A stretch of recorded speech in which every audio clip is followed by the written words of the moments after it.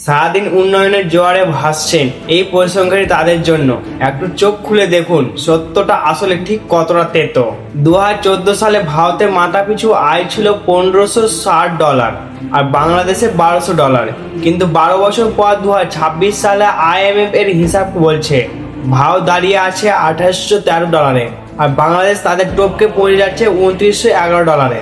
স্বপ্ন দেখানো হয়েছিল আমেরিকাকে হারাবে, চীনকে টেক্কা দেবে, কিন্তু বাস্তবতা হলো আমরা আজ মাথাপিছু আয়ের দৌড়ে প্রতিবেশী বাংলাদেশের কাছেও হার মেনে নিচ্ছি।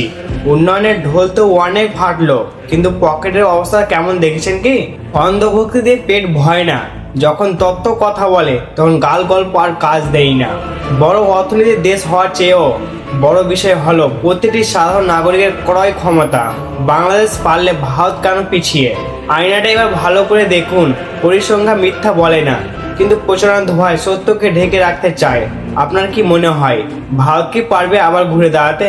কমেন্টে জানান।